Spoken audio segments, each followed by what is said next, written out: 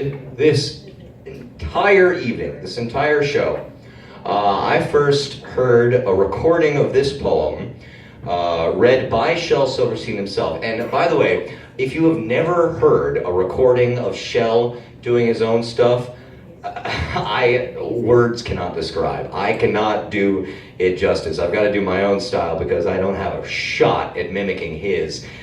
Oh God, it's like if a banshee, instead of causing death, gave brain orgasms.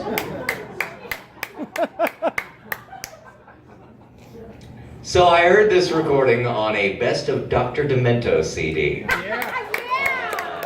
Fell absolutely in love with it, memorized it back in high school, and would recite it every year on the 20th of April to my friends.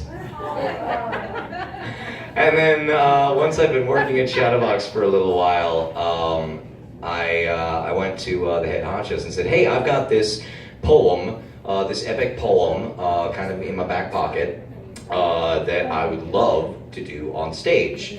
And they had me do it for them and said, "You know what? Fuck it, sure." And so I got to do it on stage, and then it was revisiting those memories that brought me to the idea of, well, shit, maybe I could do an entire evening of it. And here you all are! Woo! In Albuquerque! No, that's the Weird Al show! You are confused! Yes! But I still like you. The smoke off. Now in the laid-back California town of sunny San Rafael lived a girl named Pearly Sweetcake. You probably knew her well. She'd been stoned 15 of her 18 years, and her story was widely told how she could smoke 'em faster than anyone could roll. Well, the legend finally reached New York, at Groove Street, walk-up flat where dwelt the Calistoga Kid, a beatnik from the past. He'd been rolling dope since time began. Now he took a cultured toke and said, "Jim, I can roll them faster than any chick can smoke." So a note gets sent to San Rafael for the championship of the world. The kid demands a smoke-off. "We'll bring him on," screams Pearl. "I'll grind his fingers off his hands. He'll roll until it drops," says Calistoga. "I'll smoke that chick till she blows up and pops." So they rent out Yankee Stadium, and the word is quickly spread. Come one, come all who walk or crawl. Tickets just 2 lids ahead. And from every town and hamlet, over land and sea, they speed, the world's greatest dopers with the world's greatest weed. Hashishas from Morocco, hemp smokers from Peru, and the shoshniks from Bagoon who smoke the deadly Pugaru, and those that call it light of life, and those that call it boo. See the dealers and their ladies wearing turquoise lace and leather.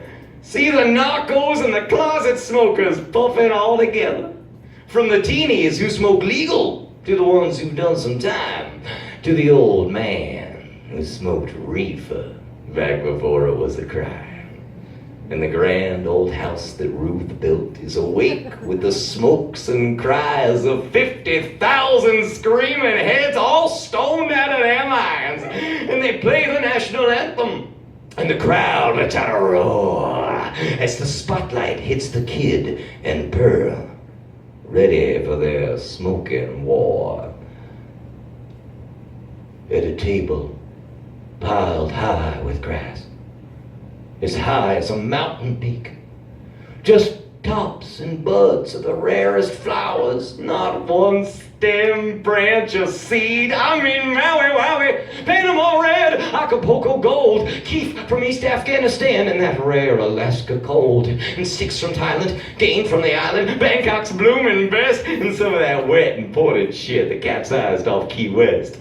and Oaxacan tops, and Kenya Bang, and Riviera Fleur, and that Ram Manhattan Silver that grows down in the New York sewers. And there's bubbling ice-cold lemonade and sweet grapes by the bunches and Hershey bars and Oreos in case anybody gets the munchies. And the Calistoga kid, he smiles. And Pearlie, she just grins. And the drums roll low. And the crowd yells, "Go, go, go!" And the world's first smoke-off begins.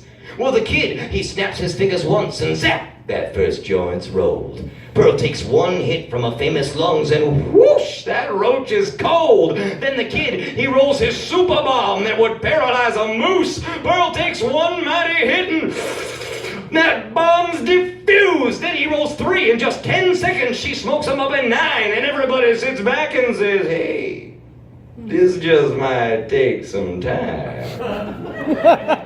See the blur of flying fingers. See the red coal burning bright as the night turns into morning and the morning fades to night and the autumn turns to summer and a whole damn year is gone.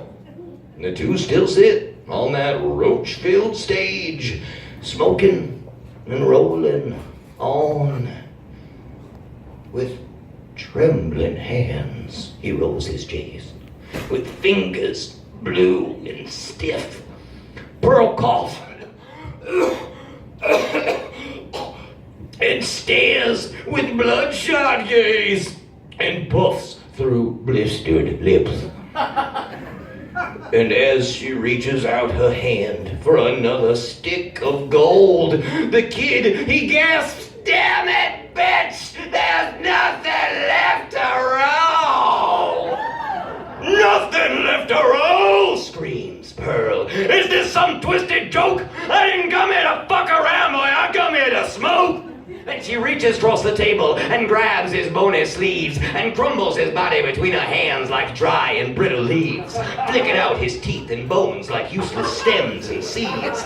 Then she rolls him in a zigzag and lights him like a roach, and the fastest man with the fastest hands goes up in a puff of smoke.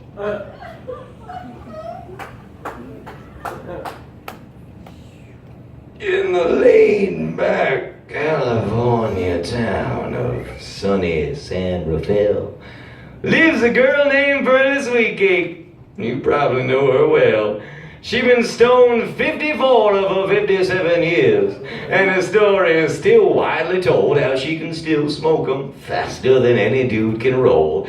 While off in New York City, on a street that has no name, there's the hands of the Calistoga Kid in the Viper Hall of Fame. And underneath his fingers is a little golden scroll that says, "Beware of being the roller when there's nothing left to roll."